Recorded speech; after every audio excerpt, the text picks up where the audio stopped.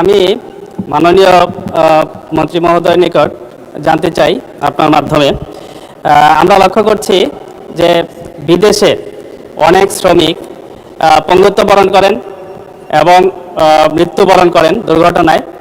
তাদেরকে নিয়ে আসার ক্ষেত্রে অনেক সময় দেখা যায় যে সময়ক্ষেপণ হয় এবং অনেক ক্ষেত্রে লাশগুলো আসলে পৌঁছায় না।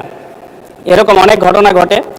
সম্প্রতি যে ঘটনা হয়েছে আমার এলাকায়, কম্বোডিয়ায় একজন পঙ্গুত্ব বরণ করে দীর্ঘ 6 মাস যাবৎ হাসপাতালে আছে। তার পরিবারের সাথেও যোগাযোগ নাই, শুধু একটু জানা গেছে যে একটা হাসপাতালে আছে। আমি মাননীয় মন্ত্রী মহোদয়ের দপ্তরেও গিয়েছিলাম, 6 মাস হয়ে গেল, আজ পর্যন্ত তার কোনো খোঁজ পাওয়া যায়নি। পাশাপাশি সম্প্রতি ইউক্রেন রাশিয়া যুদ্ধে আমার নির্বাচনী এলাকা ফুলবাড়িয়ায় এক সৈনিক সেখানে মৃত্যুবরণ করে, তার লাশ আজ পর্যন্ত পরিবারের কাছে আসেনি।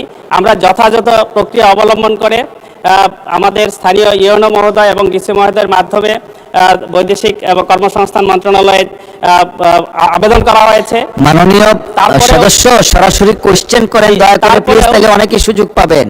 এই দুইজন আমার এলাকার এখনো আমরা কোনো কিছু জানতে পারিনি। আমি মাননীয় মন্ত্রী মহোদয়ের নিকট জানতে চাই তাদের দেশে আনা, লাশ আনা এবং আহত ব্যক্তিকে নিয়ে আসার ব্যাপারে কোনো প্রক্রিয়া ওনারা অবলম্বন করেছেন কিনা বা কি অবস্থায় আছে এটা জানতে চাই। মাননীয় স্পিকার, আপনাকে ধন্যবাদ। ধন্যবাদ মাননীয় সদস্য। একটা দ্বিতীয়বারও ধন্যবাদ দিচ্ছি এই কারণে, আমি যে কোশ্চেনটা করতে পারতাম না, আপনি মাননীয় প্রতিমন্ত্রী অবহিত আছেন আমার কনস্টিটিউয়েন্সিরও একজনের লাশ সৌদি আরবে কয়েক মাস যাবত। আপনাকে আমি বলেছিলাম ওই উত্তর দিলে আমিও ইনডাইরেক্টলি পেয়ে যাব। প্লিজ, থ্যাংক ইউ মাননীয় প্রতিমন্ত্রী। মাননীয় স্পিকার, আপনাকে ধন্যবাদ। আপনার মাধ্যমে সংসদ সদস্যকে ধন্যবাদ। আপনার আবেদনটি ইতিমধ্যেই অর্থ সার করে সেটা প্রয়োজনীয় ব্যবস্থা গ্রহণ করা হয়েছে, হয়তো আপনাকে আপডেট করা হয় নাই। আমাদের সংসদ সদস্য যে বিষয়টি বলেছেন, দুটো বিষয়ের কথা বলেছেন।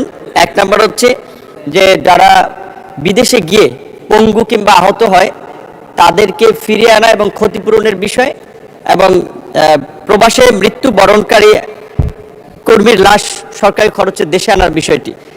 যারা কাজ করতে গিয়ে কর্মক্ষেত্রে আহত কিংবা পঙ্গুত্ব বরণ করে, বিভিন্ন দেশের সাথে এমইউ অনুযায়ী আমরা সেখানে কিছুটা ক্ষতিপূরণ দাবি করতে পারি যদি তারা আমাদেরকে জানায়। এছাড়া যদি কেউ মৃত্যুবরণ করে, তাদের লাশ আনা 3 ভাবে হয়ে থাকে। একটা হচ্ছে যে আমাদের মন্ত্রণালয়ের মাধ্যমে যারা বিএমইটির ক্লিয়ারেন্স কার্ড নিয়ে যায় তাদের পুরোপুরি খরচ মন্ত্রণালয় বহন করে। আর যারা আনডকুমেন্টেড, অর্থাৎ যাদের এই ক্লিয়ারেন্স কার্ড থাকে না, মানবিক বিবেচনায় তাদেরটাও আমরা দিয়ে থাকি। এবং অনেক ক্ষেত্রে দেখা যায় নিয়োগকর্তার সাথে চুক্তি অনুযায়ী আপনার সে ক্ষতিপূরণটা বা লাশের খরচটা বেয়ার করে। এই প্রসিডিংগুলো করতে গিয়ে হয়তো কিছুটা সময় লাগে অনেক ক্ষেত্রে। আর কম্বোডিয়ার কথা যেটা বলেছেন, কম্বোডিয়া, থাইল্যান্ড, ভিয়েতনাম, এরকম কিছু দেশে আমাদের কিছু লোকেরা যাচ্ছে না জেনে, সেটা অনেক জায়গায় একটা প্রতারণার শিকার হচ্ছে।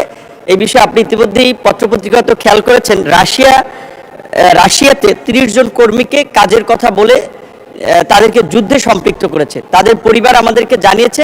আমরা ইনস্ট্যান্ট 3টা যারা রিক্রুটিং এজেন্সি তাদের লাইসেন্স বন্ধ করে দিয়েছি। তাদের বিরুদ্ধে আইনগত ব্যবস্থা নেওয়া প্রক্রিয়া চলমান রয়েছে। তো রাশিয়ার ইউক্রেনের ক্ষেত্রে কিছু কিছু আমাদের বাংলাদেশিরা যুদ্ধে জড়াচ্ছে, বাট সেটা বাংলাদেশ থেকে না, সেটা প্রকৃত অর্থে থার্ড কান্ট্রি থেকে তারা যাচ্ছে। সেই ক্ষেত্রে আমাদের কিছু করার থাকে না। বাট এমনিতে যারা অন্যান্য দেশে এই ধরনের সমস্যা আছে, তারা যদি আমাদের দূতাবাস, শ্রম কল্যাণ উইং, আমাদের মন্ত্রণালয়ে যোগাযোগ করে, আমরা হয়তো একটু সময় লাগে, সরকারি কাজ আপনারা জানেন সকল কাজের একটু সময় লাগে, বাট ব্যবস্থা নিয়ে থাকি। ধন্যবাদ। ধন্যবাদ মাননীয় প্রতিমন্ত্রী। পাশের বসা প্রতিবেশী, পাশে থাকা সত্ত্বেও আপনাকে সরাসরি কোশ্চেন করছেন না, থ্রো স্পিকার করতে চাচ্ছেন। গাজীপুর 5 আসনের নির্বাচিত মাননীয় সদস্য জনাব ফজলুল হক মিলন।